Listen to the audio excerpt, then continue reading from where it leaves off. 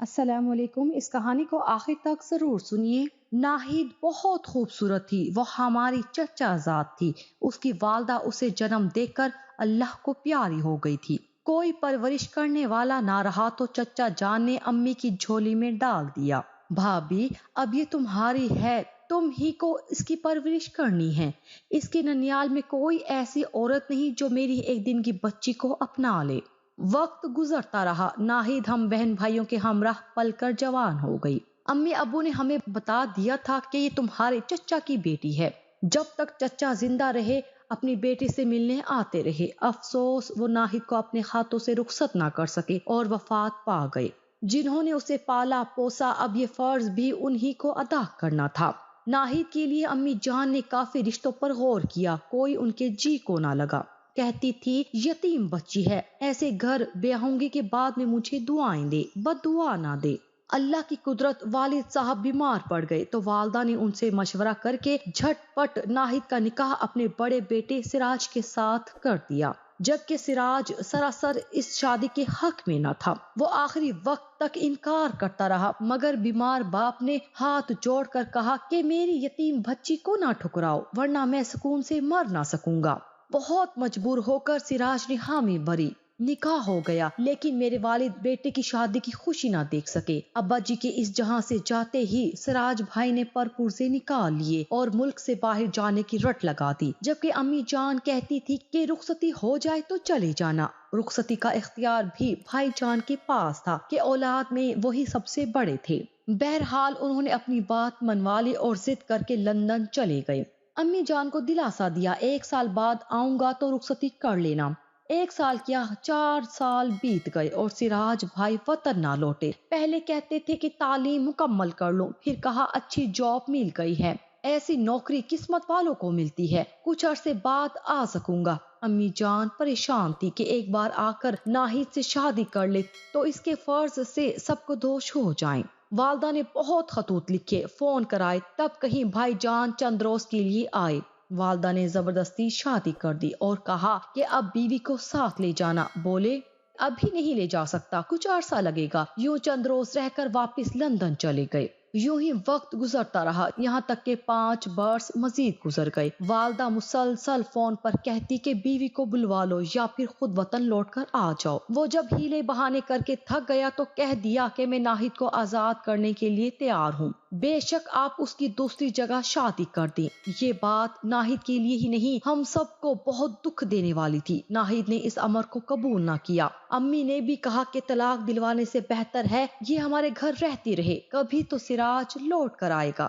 2 سال بعد بھائی جان 2-4 دن کو آئے، لیکن ناہید سے کلام نہ کیا اور والدہ سے کہا کہ اسے آزاد کرنا چاہتا ہوں، آپ کیوں رکاوٹ بنی ہوئی ہیں اور اس کی زندگی خراب کر رہی ہیں۔ امی نے کہا تو زیادہ پڑھ لکھ کر پاگل ہو گیا ہے، یہ عمر بھر تیرا انتظار کرتی رہے گی مگر طلاق ہرگز نہیں لے گی۔ بھائی اپنی سی کر گئے، امی نے طلاق نہ ہونے دی اور ناہید انتظار کے ایک لامتناہی بھنور میں پھنس کر رہ گئی۔ ساس ہر وقت تسلیاں دیتی مگر یہ روکھی تسلیاں کب تک اس کا دل بہلا سکتی تھی۔ شادی کو 8 سال بیت چکے تھے اور اس نے ازدواجی خوشیوں کا بس انتظار ہی کیا تھا، جبکہ شادی کے بعد ہر لڑکی اپنے جیون ساتھی کے ہمراہ رہنا چاہتی ہے۔ اور ادھر یہ حال کہ جب سے شادی ہوئی تھی سراج بھائی کی طرف سے کبھی اس کے نام خط آیا اور نہ کبھی انہوں نے فون پر اس سے بات کی۔ جو جو وقت گزرتا جاتا تھا وہ خزاں رسیدہ بیل کی طرح مرجھاتی جاتی تھی، اس کی آس اور امید ختم ہوتی جا رہی تھی، صبر کی انتہا ہو چلی تھی۔ ایسی شادی سے تو بن بیاہی بلی تھی۔